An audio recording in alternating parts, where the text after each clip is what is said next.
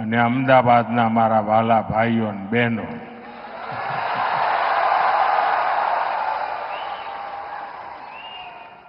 આજે તો તમે રંગ રાખ્યો છે હો.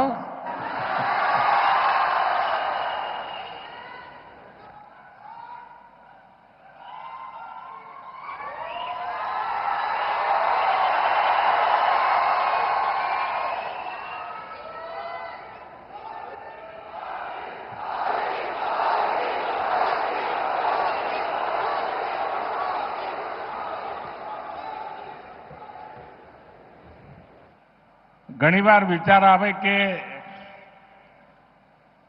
એવું કેવું નસીબ હશે કે આ લાખો લોકોનો પ્રેમ, એમના આશીર્વાદ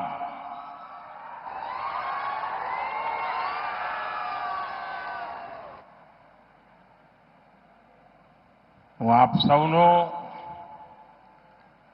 જેટલો આભાર માનું એટલો ઓછો છે.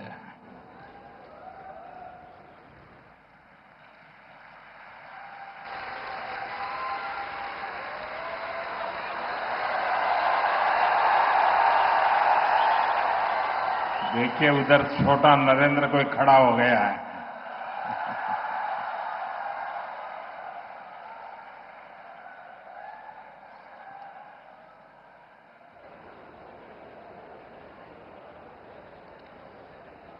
साथियों, इस समय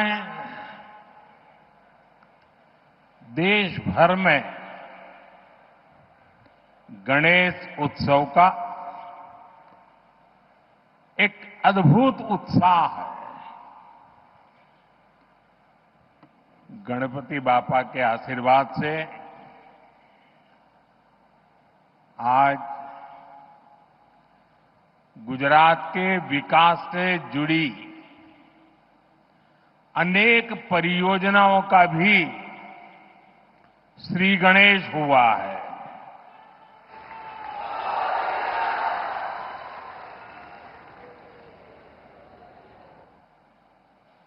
ये मेरा सौभाग्य है कि आज मुझे विकास के अनेक प्रोजेक्ट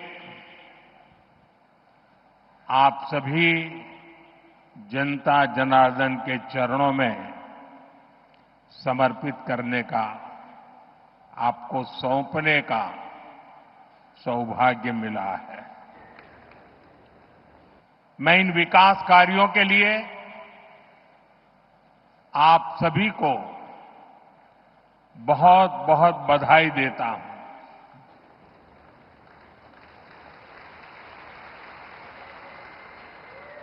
साथियों,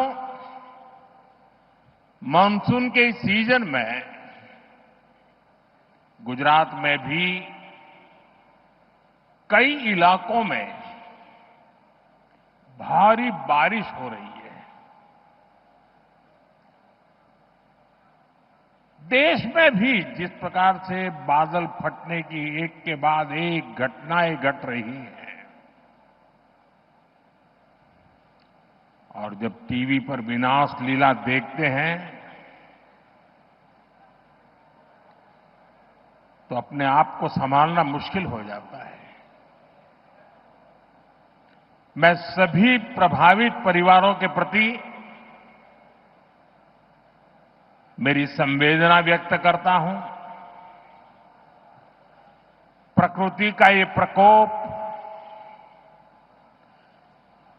पूरे मानव जात के लिए, पूरे विश्व के लिए, पूरे देश के लिए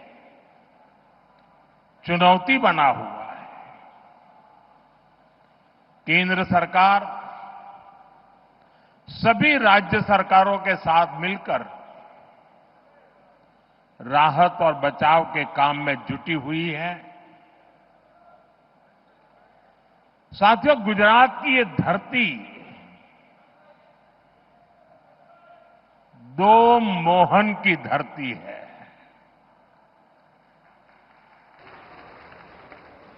एक सुदर्शन चक्रधारी मोहन यानी हमारे द्वारकाधीश श्री कृष्ण, और दूसरे चरखाधारी मोहन यानी साबरमती के संत पूज्य बापू। भारत आज इन दोनों के दिखाए रास्ते पर चलकर के निरंतर सशक्त होता जा रहा है। सुदर्शन चक्रधारी मोहन ने हमें सिखाया है कि देश की, समाज की रक्षा कैसे करते हैं। उन्होंने सुदर्शन चक्र को न्याय और सुरक्षा का कवच बनाया, जो दुश्मन को पाताल में भी खोजकर सजा देता है। और यही भाव आज भारत के फैसलों में भी देश अनुभव कर रहा है। देश नहीं, दुनिया अनुभव कर रही है।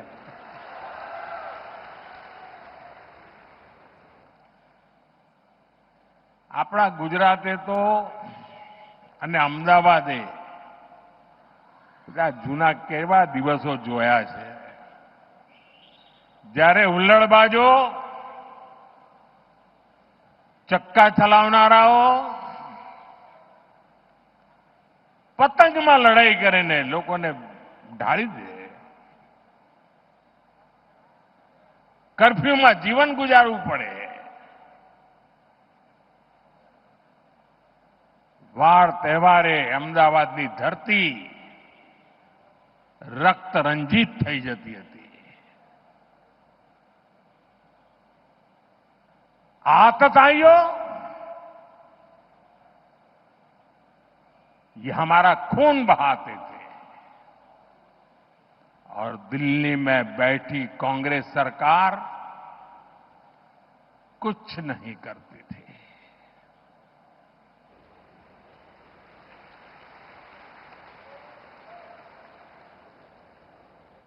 लेकिन आज आतंकवादी और उनके आकाओं को हम छोड़ते नहीं। चाहे वो कहीं भी छुपे हो। दुनिया ने देखा है कि पहलगाम का बदला भारत ने कैसे लिया।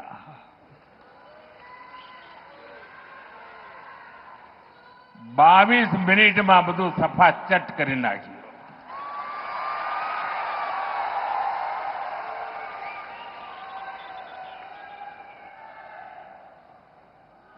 અને સેંકડો કિલોમીટર અંદર જઈને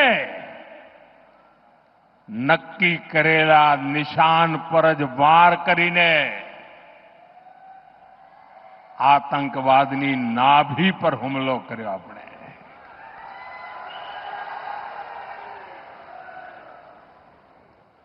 ऑपरेशन सिंदूर हमारी सेना के शौर्य और सुदर्शन चक्रधारी मोहन के भारत की इच्छा शक्ति का प्रतीक बन गया है। साथियों, चरखाधारी मोहन हमारे पूज्य बापू ने भारत की समृद्धि का रास्ता स्वदेशी में बताया था।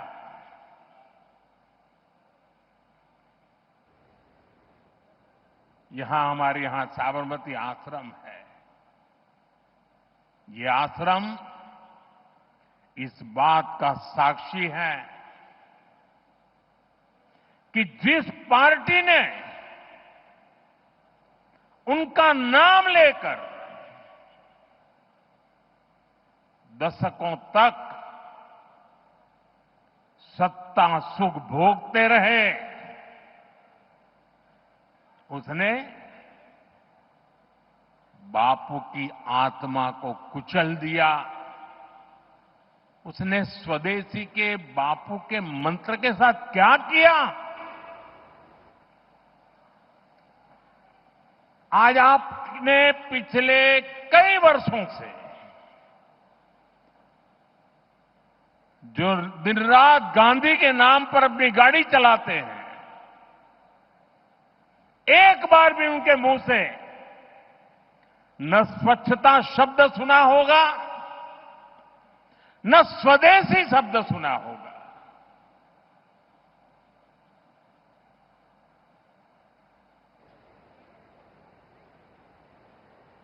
ये देश समझ ही नहीं पा रहा है कि उनकी समझ को क्या हुआ है।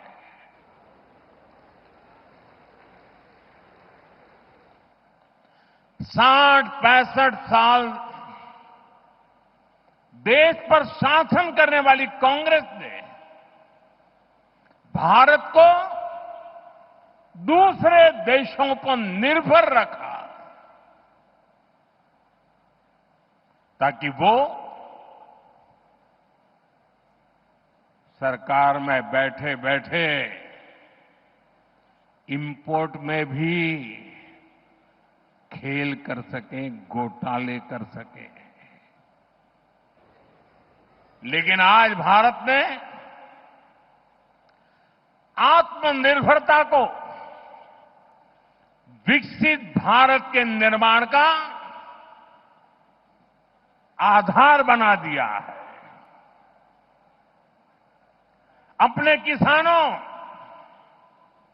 अपने मछुआरों, अपने पशुपालकों, अपने उद्यमियों के दम पर भारत तेजी से विकास के रास्ते पर चल रहा है। आत्मनिर्भरता के रास्ते पर आगे बढ़ रहा है। અને આપણા ગુજરાતમાં તો પશુપાલકો એટલી બધી સંખ્યામાં છે અને આપણા ડેરી સેક્ટરની તાકાત જુઓ ને। હું આજે જ હમણાં ફિજીના પ્રધાનમંત્રી સાથે મીટિંગ કરીને આવી રહ્યો છું। એ પણ આપણા ડેરી સેક્ટરને, આપણી કોઓપરેટિવ મૂવમેન્ટને ખૂબ આદરપૂર્વક વર્ણન કરીને કહેતા હતા કે મારા દેશમાં પણ કંઈક આવું થાય। સાથીઓ, આપણા પશુપાલકોએ અને પશુપાલનમાં તો ગુજરાતમાં બહેનોનું સૌથી મોટું યોગદાન હોય છે। આ બહેનોએ પશુપાલન કરીને આપણા ડેરી સેક્ટરને મજબૂત બનાવ્યું, આત્મનિર્ભર બનાવ્યું અને આજે ચારે તરફ એના જયગાન ચાલી રહ્યા છે। लेकिन साथियों, आप सभी आज दुनिया में आर्थिक स्वार्थ वाली राजनीति सब कोई अपना करने में लगा है। उसे हम भली भांति देख रहे हैं। मैं अहमदाबाद की इस धरती से अपने लघु उद्यमियों से कहूंगा, मेरे छोटे छोटे दुकानदार भाई बहनों से कहूंगा, मेरे किसान भाइयों से कहूंगा, मेरे पशुपालक भाई बहन से कहूंगा, और मैं गांधी की धरती पे से बोल रहा हूं, मेरे देश के लघु उद्यमी हो, किसान हो, पशुपालक हो, हर किसी के लिए मैं आपको बार बार वादा करता हूं, मोदी के लिए आपके हित सर्वोपरि है।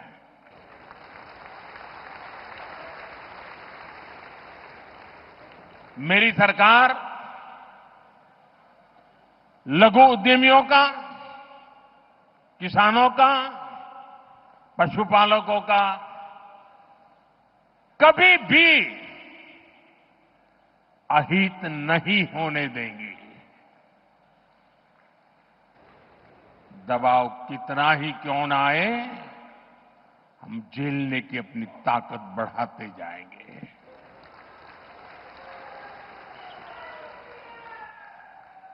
साथियों, आज आत्मनिर्भर भारत अभियान को गुजरात से बहुत ऊर्जा मिल रही है और इसके पीछे 2 दशकों की कड़ी मेहनत है।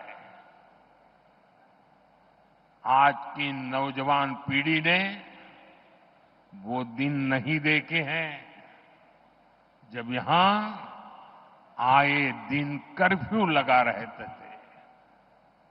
यहां व्यापार कारोबार करना मुश्किल कर दिया जाता था, अशांति का माहौल बनाए रखा जाता था। लेकिन आज अहमदाबाद देश के सबसे सुरक्षित शहरों में से एक है और ये आप सभी ने करके दिखाया है। साथियों, गुजरात में शांति और सुरक्षा का जो ये वातावरण बना है, इसके सुखद परिणाम हम चारों तरफ देख रहे हैं। आज हर प्रकार की इंडस्ट्री का विस्तार गुजरात की धरती पर हो रहा है। पूरा गुजरात ये देखकर गर्व करता है कि कैसे हमारा राज्य मैन्युफैक्चरिंग हब बन गया है। તમને ખબર હશે, તમારામાંથી જે વડીલ ભાઈ બહેનો હશે, જ્યારે ગુજરાતને અલગ થવાનું એક આંદોલન ચાલતું હતું, મહાગુજરાત આંદોલન, ત્યારે અનેક લોકો આપણને કે તમારા ગુજરાત જુદું કરીને શું કરશો, ભૂખે મરશો, એવું કે તમારી પાસે છે શું? न कोई खनिज છે, न 12 બહુ નદીઓ છે, 10 વર્ષમાં 7 વર્ષ દુકાળ પડે છે, ન ખાણ ખનીજ હોય, ન કોઈ એવા ઉદ્યોગ ધંધા હોય, ખેતી ના હોય અને ઓછામાં પૂરું અહીંયા રણ હોય અને પેલી બાજુ પાકિસ્તાન હોય. કરશો શું એવું કહેતા? મીઠા સિવાય તમારી પાસે છે શું એવું કહેતા? મજાક ઉડાવતા. પરંતુ ગુજરાતને માથે જ્યારે જવાબદારી આવી કે હવે આપણે આપણા પગ ઉપર ઉભા રહેવાનું છે, આ ગુજરાતના લોકોએ પાછી પાની કરી નહીં અને આજે તમારી પાસે શું છે કહેનારાઓને, અમારી પાસે ડાયમંડ નથી ભાઈ, એકે ડાયમંડની ખાણ નથી, પણ દુનિયામાં 10માંથી 9 ડાયમંડ મારી ગુજરાતની ધરતી પરથી આગળ વધતા હોય છે.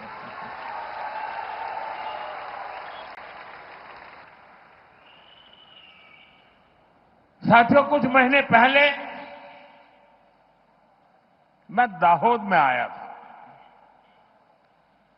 वहां की रेल फैक्ट्री में ताकतवर इलेक्ट्रिक लोकोमोटिव इंजन बन रहे हैं. आज गुजरात में बने मेट्रो कोच दूसरे देशों को एक्सपोर्ट हो रहे हैं. इसके अलावा मोटरसाइकिल हो, कार हो, गुजरात में बहुत बड़ी संख्या में उसका प्रोडक्शन हो रहा है, मैन्युफैक्चरिंग हो रहा है। देश और दुनिया की बड़ी बड़ी कंपनियां यहां फैक्ट्रियां लगा रही है। गुजरात में हवाई जहाज के अलग अलग पार्ट्स बनाने और उनके एक्सपोर्ट का काम पहले से ही चल रहा था। अब बड़ौदा में ट्रांसपोर्ट एयरक्राफ्ट भी बनाने का काम शुरू हुआ है। આપણા ગુજરાતમાં વિમાન બને એટલે આનંદ થાય કે ના થાય? अब इलेक्ट्रिक व्हीकल मैन्युफैक्चरिंग का भी गुजरात बहुत बड़ा सेंटर बन रहा है। मैं कल 26 तारीख को हंसलपुर जा रहा हूं। वहां इलेक्ट्रिक व्हीकल मैन्युफैक्चरिंग को लेकर बहुत बड़ी शुरुआत हो रही है। आज जितने भी आधुनिक इलेक्ट्रॉनिक उपकरण बन रहे हैं वो सेमीकंडक्टर के बिना नहीं बन सकते। गुजरात अब सेमीकंडक्टर सेक्टर में भी बड़ा नाम करने जा रहा है। टेक्सटाइल हो, जेम्स एंड ज्वेलरी हो, गुजरात की पहचान बन चुकी है। दवाएं हो, वैक्सीन हो, ऐसे फार्मा उत्पादन के मामले में भी देश का करीब करीब 1/3 एक्सपोर्ट गुजरात से होता है। साथियों, आज भारत सौर, पवन और परमाणु ऊर्जा के मामले में तेजी से आगे बढ़ रहा है। इसमें गुजरात की भागीदारी सबसे अधिक है। હમણાં હું એરપોર્ટથી આવતો હતો, ભવ્ય રોડ શો કર્યો। વાહ, કમાલ કરી આપે। પણ રોડ શો તો ભવ્ય હતો, પણ લોકો ધાબા પર ઉભા હોય, બાલ્કનીમાં ઉભા હોય તો સ્વાભાવિક રીતે હું એમને આદરપૂર્વક નમન કરતો હતો। પરંતુ મારી નજર ફરતી હતી ચારે બાજુ અને મેં જોયું કે લગભગ મોટા ભાગના ઘરોના ધાબામાં રૂફટોપ સોલાર પાવરના પ્લાન્ટ દેખાતા હતા।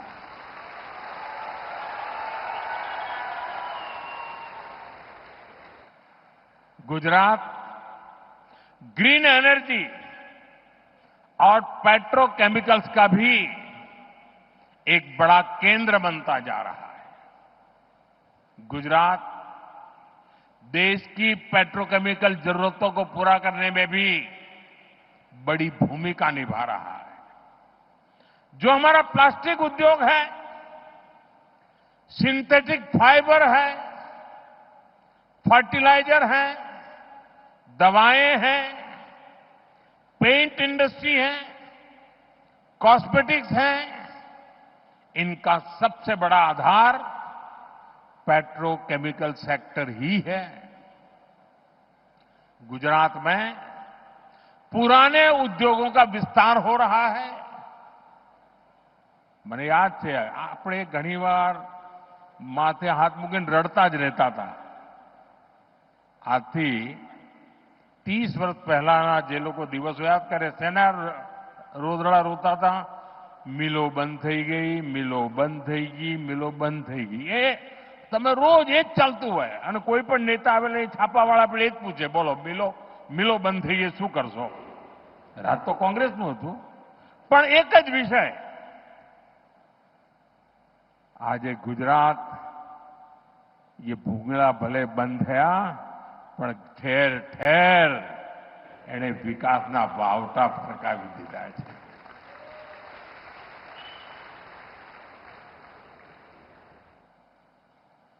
नए उद्योगों की नींव रखी जा रही है और ये सारे प्रयास आत्मनिर्भर भारत को मजबूत कर रहे हैं। इससे गुजरात के युवाओं के लिए रोजगार के लगातार अवसर बन रहे हैं। साथियों, उद्योग हो, खेती किसानी हो या फिर टूरिज्म हो, इनके लिए बेहतरीन कनेक्टिविटी बहुत जरूरी है। बीते 20-25 साल में गुजरात की कनेक्टिविटी का कायाकल्प हो चुका है। आज भी यहां रोड और रेल से जुड़े अनेक प्रोजेक्ट्स का शिलान्यास और लोकार्पण किया गया है। सर्कुलर रोड यानी सरदार पटेल रिंग रोड अब और चौड़ी हो रही है। अब ये 6 लेन की चौड़ी सड़क बन रही है। इससे शहर के सबसे भीड़भाड़ वाले इलाकों में ट्रैफिक जाम की समस्या कम होगी।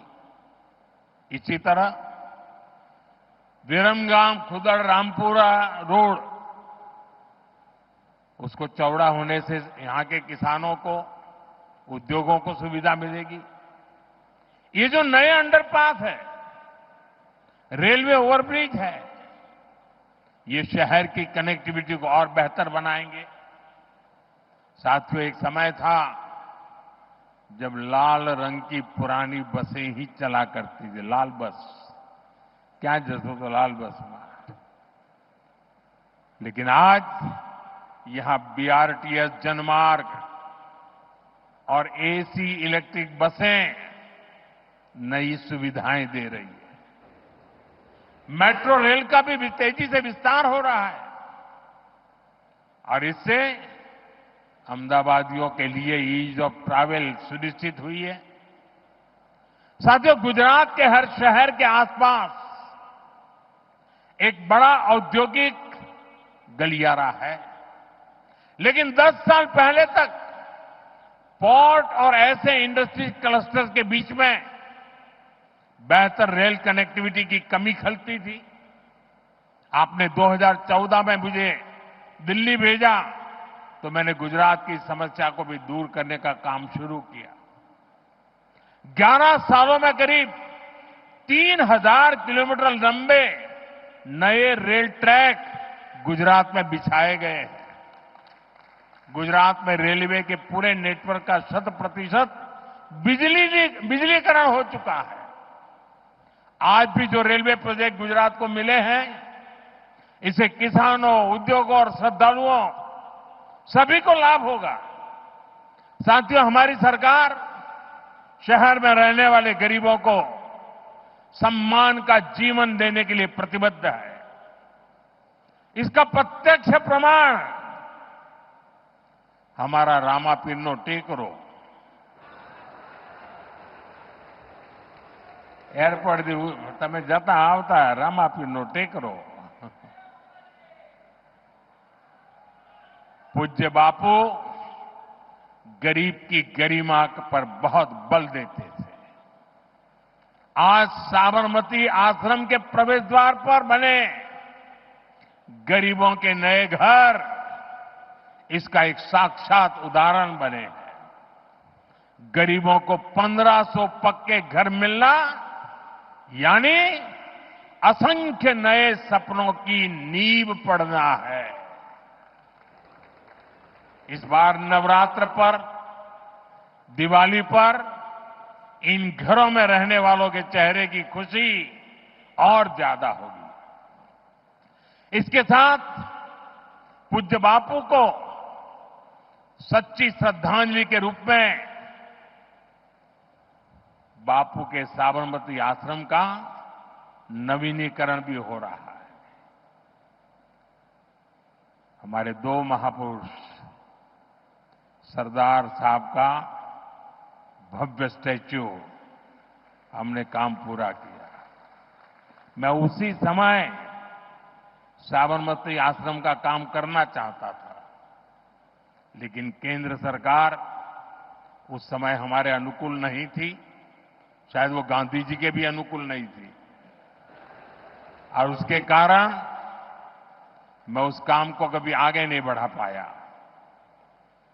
लेकिन जब से आपने मुझे वहां भेजा है तो जैसे statue of unity Sardar Vallabh भाई पटेल का वो भव्य स्मारक देश और दुनिया के लिए प्रेरणा का केंद्र बना है, जब साबरमती आश्रम के नवीनीकरण का काम पूरा होगा, मेरे शब्द लिख करके रखना दोस्तों, दुनिया के लिए शांति की सबसे बड़ी प्रेरणा भूमि ये हमारा साबरमती आश्रम बनने वाला है।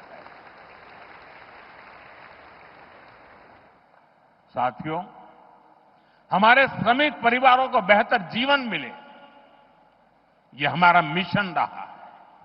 इसलिए कई साल पहले हमने गुजरात में झुग्गी वालों के लिए पक्की गेटेड सोसाइटी बनाने का बीड़ा उठाया। बीते सालों में गुजरात में झुग्गियों की जगह मकान बनाने के ऐसे अनेक प्रोजेक्ट किए गए हैं और यह अभियान लगातार जारी है। साथियों, जिसको किसी ने नहीं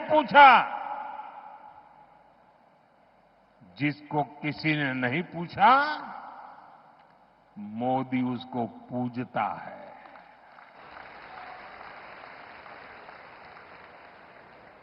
मैंने इस बार लाल किले से कहा था, पिछड़ों को प्राथमिकता, शहरी गरीबों का जीवन आसान बनाना भी हमारी बहुत बड़ी प्राथमिकता है।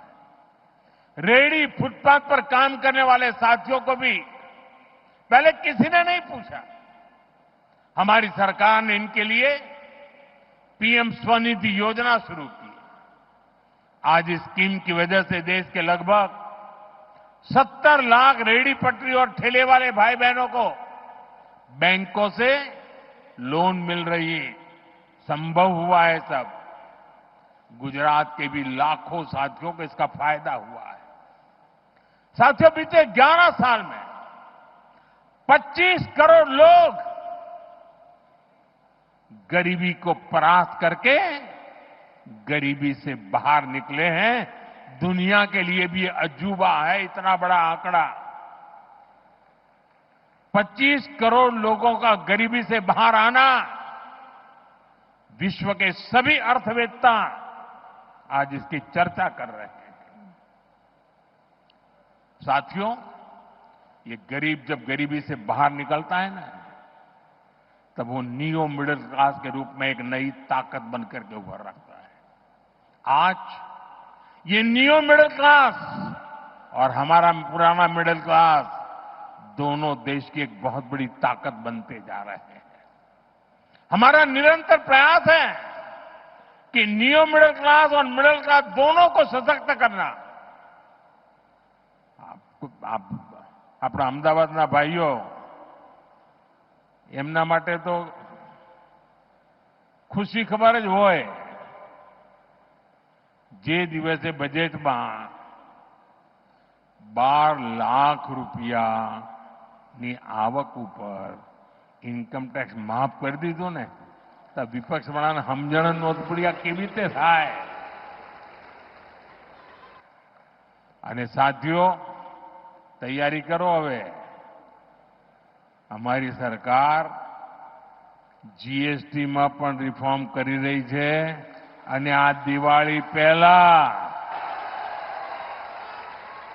મોટી ભેટ સોગાદ તમારા માટે તૈયાર થઈ રહી છે।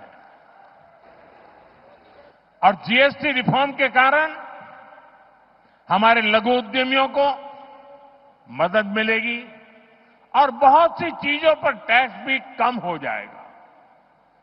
इस बार की दिवाली पर व्यापारी वर्ग हो या फिर हमारे बाकी परिवारजन, सबको खुशियों का डबल बोनस मिलने वाला है। साथियों, अभी मैं पीएम सूर्यघर की बात कर रहा था। अब पीएम सूर्यघर मुफ्त बिजली योजना से हम बिजली बिल जीरो कर रहे हैं। गुजरात में अभी तक इस स्कीम से करीब 6 लाख परिवार जुड़ चुके हैं।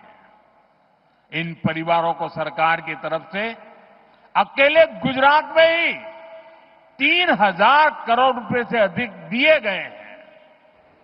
इससे अब उनको हर महीने बिजली बिल में बड़ी बचत हो रही है। साथियों, अहमदाबाद शहर आज सपनों और संकल्पों का शहर बन रहा है। लेकिन एक समय था जब लोग अहमदाबाद को गर्दाबाद कहकर मजाक उड़ाते थे। चारों तरफ उड़ती धूल, मिट्टी, कूड़े कचरे के ढेर, यही शहर का दुर्भाग्य बन गया था। मुझे खुशी है कि आज स्वच्छता के मामले में अहमदाबाद देश में नाम कमा रहा है। ये हर अहमदाबादी के सहयोग से संभव हो पाया है। लेकिन साथियों, ये स्वच्छता आ स्वच्छताનું અભિયાન એક દિવસનું નથી। એ પેઢી દર પેઢી રોજે રોજ કરવાનું કામ છે। स्वच्छता ये स्वभाव बनाવીએ તો જ ધાર્યું પરિણામ મેળવી શકીએ। साथियों, આપણી આ સાબરમતી નદી કેવા हाल था। एक सूखा नाला हुआ करता था, सर्कस होते थे उसमें, बच्चे क्रिकेट खेलते थे। अहमदाबाद के लोगों ने संकल्प लिया इस स्थिति को बदलेंगे। अब यहां की साबरमती रिवर फ्रंट इस शहर का गौरव बढ़ा रहा है। साथियों, कांकरिया झील का पानी भी खरपतवार की वजह से हरा और बदबूदार रहता था। आसपास टहलना भी मुश्किल होता था और असामाजिक तत्वों के लिए पसंदीदा जगह हुई करती थी। वहां से कोई निकलने की हिम्मत नहीं करता था। आज ये घूमने फिरने की सबसे बेहतरीन जगह बन चुकी है। तालाब में बोटिंग हो या किड सिटी में बच्चों के लिए मस्ती और ज्ञान का संगम, ये सब अहमदाबाद की बदलती तस्वीर है। કાંકરિયા કાર્નિવલ હવે તો અમદાવાદનું મોટું ઘરેણું બની ગયું છે। એણે અમદાવાદની નવી પહેચાન ઊભી કરી દીધી છે। साथियों, अहमदाबाद आज टूरिज्म का एक आकर्षक केंद्र बनकर उभरा है। Ahmedabad UNESCO world heritage city है। पुराने दरवाजे हो, साबरमती आश्रम हो या यहां की धरोहरें, आज हमारे शहर पूरी दुनिया के मानचित्र पर चमक रहा है। अब टूरिज्म के नए और आधुनिक तौर तरीकों का भी यहां तेजी से विकास हो रहा है। અને આપણે જ્યારે ટુરિઝમની વાત કરીએ ને ત્યારે ગુજરાત તો દસાડા દફતરમાં એનું નામ જ નહોતું। ટુરિઝમની વાત આવે એટલે ગુજરાતના લોકો કહે ચાલો જરા આબુ જઈએ, અને દક્ષિણ ગુજરાતવાળા દીવ દમણ જાય। આ બે છેડે આપણી દુનિયા હતી। અને ધાર્મિક રીતે જો જરા લોકો હોય તો સોમનાથ જાય, દ્વારકા જાય કે અંબાજી જાય, 4-5 કાંઈ ન મળે। આજે ગુજરાત ટુરિઝમ માટેનું એક મહત્વનું ડેસ્ટિનેશન બની ગયું। એ કચ્છના રણમાં સફેદ રણ જોવા માટે દુનિયાને ઘેલું લાગે। સ્ટેચ્યુ ઓફ યુનિટી જોવાનું મન થાય। બેટ દ્વારકાનો બ્રિજ જોવા લોકો આવે, ગાડીમાંથી ઉતરીને પેદલ ચાલે। એકવાર નિર્ણય કરીએ ને દોસ્તો, પરિણામ આવીને રહેતું હોય છે। आज अहमदाबाद कंसर्ट इकोनॉमी का बड़ा केंद्र बन रहा है। कुछ महीने पहले जो कोल्ड प्ले कॉन्सर्ट यहां हुआ, उसकी चर्चा पूरे विश्व में हुई है। 1 लाख की सीटिंग कैपेसिटी के साथ अहमदाबाद का स्टेडियम भी सबके आकर्षण का केंद्र है। ये दिखाता है कि अहमदाबाद बड़े बड़े कॉन्सर्ट्स भी करा सकता है और बड़े बड़े स्पोर्ट्स इवेंट्स के लिए भी तैयार है। साथियों, शुरुआत में मैंने आपसे त्योहारों का जिक्र किया था। ये त्योहारों का मौसम है। अब नवरात्रि, विजयादशमी, धनतेरस, दीपावली, ये सभी त्योहार आ रहे हैं। ये हमारी संस्कृति के उत्सव तो है ही, ये आत्मनिर्भरता के भी उत्सव होने चाहिए। और इसलिए मैं आपसे एक बार फिर अपना आग्रह दोहराना चाहता हूं और आज पूज्य बापू की धरती से देशवासियों से भी मैं बार बार आग्रह कर रहा हूं, हमें जीवन के अंदर एक मंत्र बनाना है। हम जो भी खरीदेंगे वो मेड इन इंडिया होगा, स्वदेशी होगा। घर की साज सज्जा के लिए जो भी सामान हो, मेड इन इंडिया हो। यार दोस्तों को गिफ्ट के लिए कुछ देना है, उपहार वही जो भारत में बना हो, भारत के लोगों द्वारा बनाया गया हो। और मैं विशेष रूप से दुकानदार भाई बहनों को कहना चाहता हूं, व्यापारियों से कहना चाहता हूं, इस देश को आगे बढ़ाने में आप बहुत बड़ा योगदान कर सकते हैं। आप तय कर लीजिए, विदेशी माल नहीं बेचेंगे। और बड़े गर्व के साथ बोर्ड लगाइए कि मेरे यहां स्वदेशी बिकता है। हमारे इन छोटे छोटे प्रयासों से ये उत्सव भारत की समृद्धि के महोत्सव बनेंगे। साथियों, घनी बार શરૂઆતમાં લોકોને નિરાશા જોઈ બહુ હોય એટલે મને યાદ છે જ્યારે મેં પહેલી વાર રિવરફ્રન્ટની વાત મૂકેલી તો બધા લોકોએ મજાક માંડેલી। રિવરફ્રન્ટ થઈ ગયો કે ના થઈ ગયો? થઈ ગયો કે ના થઈ ગયો? સ્ટેચ્યુ ઓફ યુનિટી માટે મેં અહીંયા એક પ્રેસ કોન્ફરન્સ કરેલી તો બધાએ મારા બાલ નોચી લીધેલા। બધા કે આ તો ચૂંટણી આવી એટલે મોદી સાહેબ લાયા છે। સ્ટેચ્યુ ઓફ યુનિટી થયું કે ના થયું ભાઈ? દુનિયા જોઈને અચરજ પામે છે કે નથી પામતી? કચ્છનો રણોત્સવ, લોકો કે સાહેબ આ કચ્છમાં કોણ જશે? રણમાં તો કોઈ જતું હશે? આજે લાઈન લાગે છે, બુકિંગ લોકો 6-6 મહિના પહેલા બુકિંગ કરાવે છે। થયું કે ના થયું? ગુજરાતની અંદર વિમાનનું કારખાનું લાગે, કોઈએ કલ્પના કરી? મને યાદ છે જ્યારે મેં ગિફ્ટ સિટીની કલ્પના મૂકી હતી ત્યારે લગભગ બધાએ એને મજાક માની લીધી। આવું બધું ક્યાંથી હોય? આવું બધા આવા બિલ્ડિંગો ક્યાંથી હોય ને આવું બધું શું હોય અહીંયા? આજે ગિફ્ટ સિટી દેશની સૌથી મોટી ગૌરવ ગાથા લખી રહ્યું છે।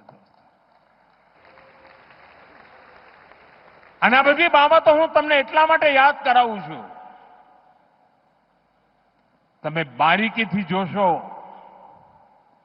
આ દેશના સામર્થ્યની જો તમે પૂજા કરો તો તમારા સંકલ્પને દેશવાસીઓ ક્યારે નિષ્ફળ નથી જવા દેતા।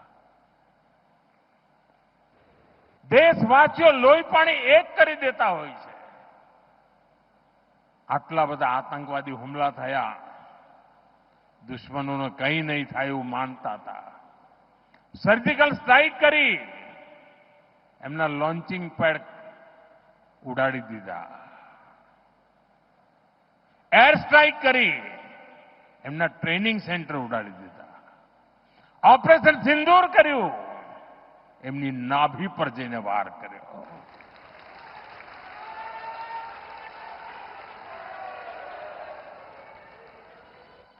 ચંદ્રયાન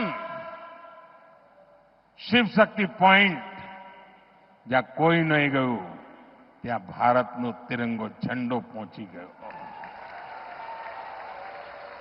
ઇન્ટરનેશનલ સ્પેસ સેન્ટર પર શુભાંશુ શુક્લ જઈને આવ્યા અને હવે ગગનયાનની તૈયારી ચાલી રહી છે. આપણું પોતાનું સ્પેસ સ્ટેશન બને એ દિશામાં કામ ચાલી રહ્યું છે. સાચો એક એક ઘટનાઓ કહે છે कि अगर संकल्प लइए, संकल्प के प्रति श्रद्धा होय, समर्पण होय, तो जनता जनार्दन जे ईश्वरનું રૂપ છે એના આશીર્વાદ પણ મળતા હોય છે, એનો સાથ મળતો હોય છે. અને એ જ વિશ્વાસથી હું કહું છું, આ દેશ આત્મનિર્ભર બનીને રહેશે. આ દેશનો પ્રત્યેક નાગરિક વોકલ ફોર લોકલનો વાહક બનશે. આ દેશનો પ્રત્યેક નાગરિક સ્વદેશીના મંત્રને જીવી જાણશે. અને પછી આપણને ક્યારેય ઓશિયાળા થવાનો વારો નહીં આવે. દોસ્તો, જ્યારે કોવિડની સ્થિતિ હતી, ભૂતકાળ કહેતો કોઈ જગ્યાએ વેક્સિન બન્યું હોય તો આપણા દેશમાં આવતા 40-40 વર્ષ લાગી જતા હતા. લોકો કહેતા હતા કોવિડમાં થશે શું? અરે આ દેશે નક્કી કર્યું, વેક્સિન પોતાની બનાવી દીધી અને દેશના 140 કરોડ સુધી વેક્સિન પહોંચાડી દીધી. આ દેશનું સામર્થ્ય છે. એ સામર્થ્યના ભરોસે હું ગુજરાતના મારા સાથીઓને કહું છું કે આપે મને જે શિક્ષણ આપ્યું છે ને, આપે મારું જે ઘડતર કર્યું છે ને, આપે મારામાં જે જોમ ભર્યું છે, જે ઉર્જા ભરી છે, 2047 દેશ જ્યારે આઝાદીના 100 વર્ષ મનાવતો હશે, આ દેશ વિકસિત ભારત બનીને રહ્યો હશે.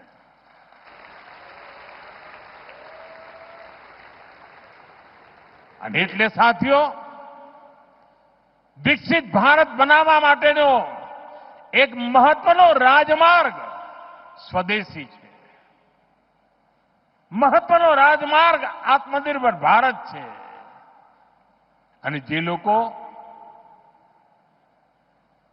વસ્તુઓ બનાવે છે, મેન્યુફેક્ચરિંગ કરે છે, પ્રોડક્શન કરે છે, એમને મારી વિનંતી છે કે તમે ઉત્તરોત્તર તમે તમારી ક્વોલિટી ઓર સુધારો, એની કિંમત ઓર ઘટાડો. તમે જુઓ, હિન્દુસ્તાનનો માનવી ક્યારેય બહારથી કશું લેશે નહીં. આ ભાવ આપણે જગાડીએ અને દુનિયાની સામે એક ઉદાહરણ પૂરું પાડીએ. અને વિશ્વના અનેક દેશો છે સાથીઓ કે જ્યારે સંકટો આવે ત્યારે પોતાની જાતને છાતી કાઢીને ઉભા થઈ જાય ને, પરિણામ લાવીને દેતા હોય છે. આપણે માટે અવસર આવ્યો છે.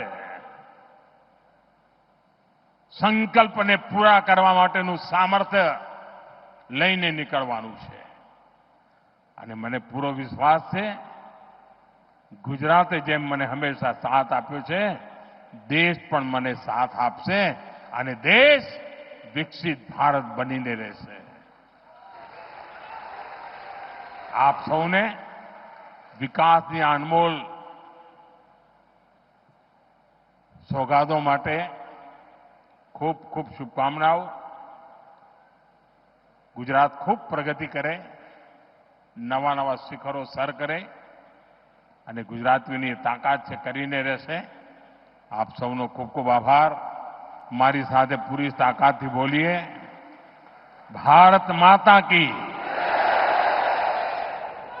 ભારત માતા કી, ભારત માતા કી. ધન્યવાદ.